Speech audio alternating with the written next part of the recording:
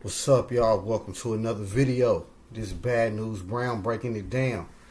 Before I get started, go ahead and hit that like or dislike and please subscribe.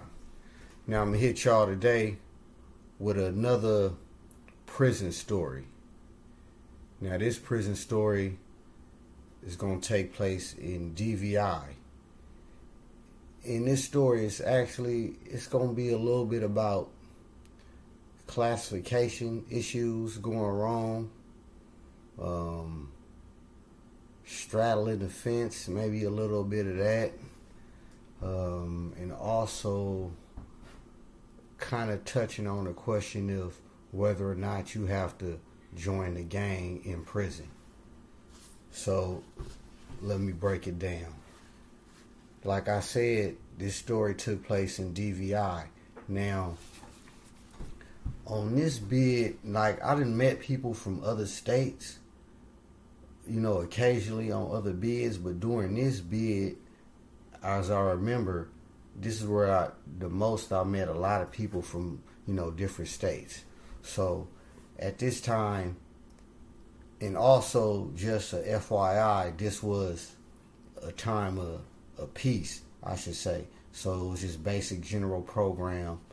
You know, wasn't no static, wasn't no tension between none of the different groups or nothing. It was just general program. And I mentioned this before on another video. DVI had a small main line. It was really just only a dorm. Now, it was 2 dorms, but then a riot, one of the longest rides, like a 35, 40-minute ride, kicked off. But anyway, so we on this main line, and during this time, and on this main line, I actually came. It was a Crip from Denver. He was there. 2 brothers from New York, but they was by way of LA. And also for a short time during this whole tenure, and not at this time of the story I'm telling, but at one point there was another cat I met. He was from Mount Vernon, New York, but by way of Northern California, the Bay Area, 209. And that's funny because even though 209, which is mainly Stockton, they got a lot of Crips out there, but you do catch some guys that's from out that way that's just 209, you know, NorCal. Same with 408 and San Ho. That's just strictly, you know, South Bay or whatever. They ain't into the gang. So anyway, now, during this particular time, a brother had came on the line. I'm going to call him T. Now, T was cool. Now, he was from out of state. Obviously, he was from a down south state. Matter of fact, he was from Arkansas. He even had it on his back. And bro was cool. You know, everybody liked him. Bro was cool. You know, he had a southern accent, but he was cool. And I kind of felt he was by way of Oakland. So now let me break it down. Usually a lot of times when you on a main line or any main line, when a new bus come in, you kind of, first thing you usually ask is, okay, well, you know, what reception center y'all come from? And that can kind of give you a idea of where they from. Meaning, so usually at this time, the Bay Area NorCal reception center was DVI. You know, sometimes it was Queen or whatnot, but this time it was DVI. And then, so usually the down south one usually be like Wasco or whatever. So, anyway, now, I say that just to say that because that's usually how it is. Now, anyway, though, and I can't even remember what bus he got on, but I say he was by way of Oakland because he had a relative that was from the town that was a producer or something, made beats, and one of the songs was on a famous compilation of a famous compilation basically based out the Bay. You know, that everybody know, one of them I think one of them cell block compilations. Or was it the Blunt Phone or cell block? So anyway, so I'm like, okay, well, you know, you got peoples out this way. You kind of like, you know, by default, you know, fucking with us.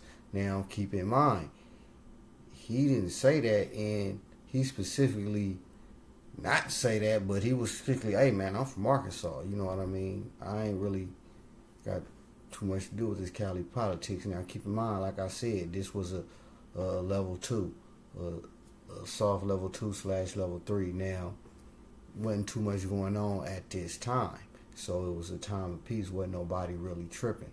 So, and you know, he was brother, he was black. So, and like I said, he was cool. Everybody liked him from all groups. So anyway, at some point, he start, I guess, running into some issues, and I wouldn't even say that. Just people just start fucking with him, and what I mean by fucking with him, I mean by like playing little jokes on him. What was they doing? Just doing a little stuff, you know, snatching his stuff, just kind of just, you know, invading his space, so to speak. So anyway, he coming to me, hollering at me like, man, you know, motherfuckers keep fucking with me, you know, I'm about to go off.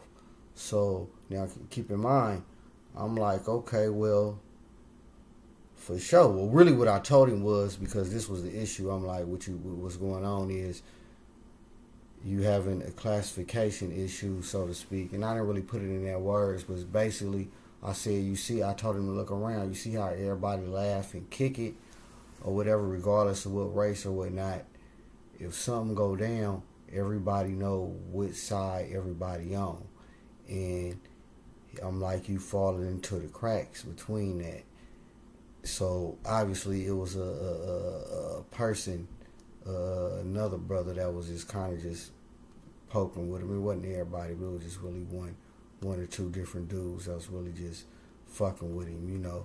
And they wasn't like really violating him, but they was fucking with him. So anyway, so I told him that. So I'm like, man, you know, you might as well just fishing. Keep in mind, you know, I'm a civilian guy, but regardless, you know, I'm with my people. So I'm telling him, like, you might as well just start fucking with me, and you wouldn't necessarily have that issue, you know. Not that I'm nobody like that, but anyway, you guys get what I'm saying. So apparently, this went on, I don't know, another few days, and finally what broke the camel back, and you know, what I think is for him was the simple fact that, and this was another thing when I was telling him, like, because it wasn't nobody really set tripping like that, but everybody knew, regardless if a different car, a different group got into it, everybody knew what side they was on. Hell, at that time, my spade partner was my guy, you know what I'm saying, out of Compton, you know what I mean, my guy R, you know. So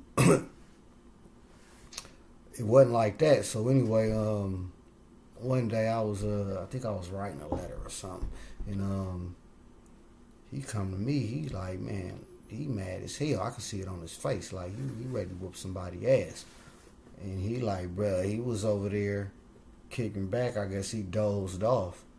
And, you know, he had his boots on, of course, and somebody, you know, like I said, people were just playing jokes on, wrote on his boots, like wrote circles on the tip of his boots, you know, and I'm like, so, you know, I'm like, damn, you know, I'm like, yeah, man, that ain't cool, you know, motherfucker, you know, people, you know, they having fun with you, you know, so now he mad, you know, so I'm like, damn, so eventually, not even eventually, like maybe it had to be. No, that's what it was. I wasn't even, sorry y'all, I wasn't even writing a letter when he came. I was actually taking a nap, bro, and he woke me up.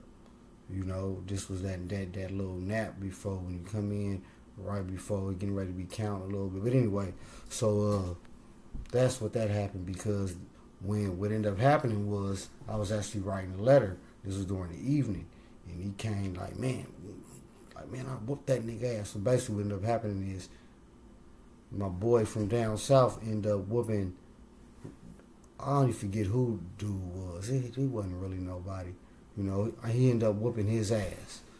And it was hella funny, I guess, you know, but he ended up tipping him up. I didn't see the fight. I wasn't in the little day room at that time. So, but he ended up tipping dude up kind of good, and which was funny because, like, you know, the next day, you just see everybody, you know, they want him, you know, now they want him. You know, they want him on their team, so to speak. You know what I mean? It was just funny like that, you know. But there he was like, nah, man, y'all, you know, that, you know, of course he fucked with us. He was like, man, nah, you know, kind of everybody got the vapors. Y'all got the vapors, you know. Y'all, you know, hollering at me. But I just thought that was real crazy.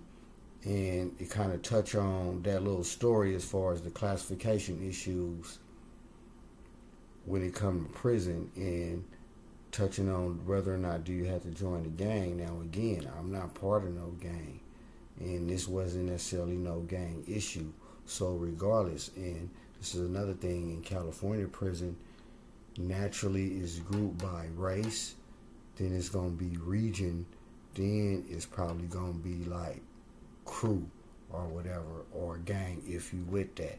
So that's kind of how like the natural breakdown was going to go. Then it may splinter some more now. So if you somebody from out of state, out of town, like I remember on another line, not on that line, it was a Latin king, you know, from Chicago or Midwest or whatever, Puerto Rican guy, and he was the other by default, because in California is either black, Mexican, and white, and everything. If you're not that, you are other.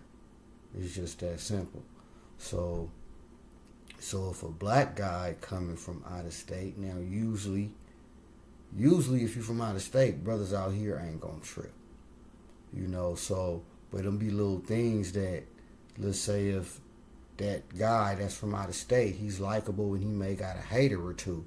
So then you got somebody trying to, you know, not even a wobbler, but just trying to pick at him, you know, trying to find a little spot to pick at him, you know, because knowing he necessarily ain't tied to nothing, you know, whether officially or unofficially.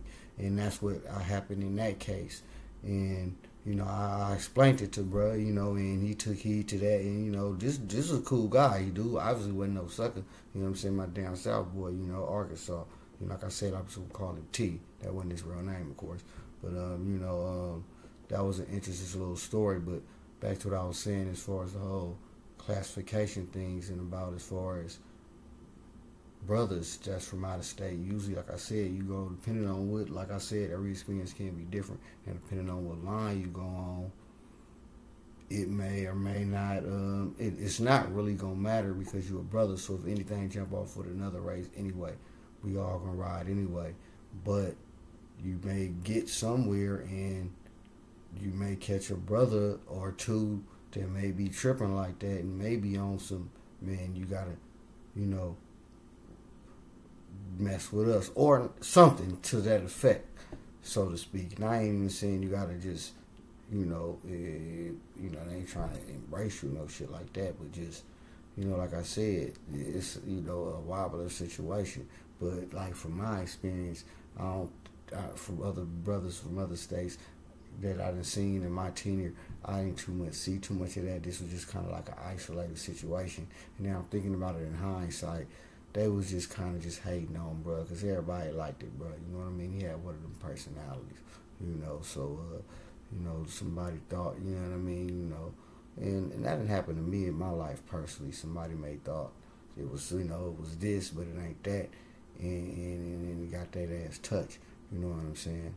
But in the pendulum swing both ways. But I ain't never really took nobody lightly, but whatever. That's what the story about. So, but once again, y'all, man, hit that like or dislike. And hold on. You know what? I can elaborate more. It was another issue, but I'll say that for another story. You know, as far as the classification and whatnot. But BadNewsBrown, breaking shit down for y'all. Go ahead and hit that like or dislike, and please subscribe. Talk to me. I'll talk back. Peace.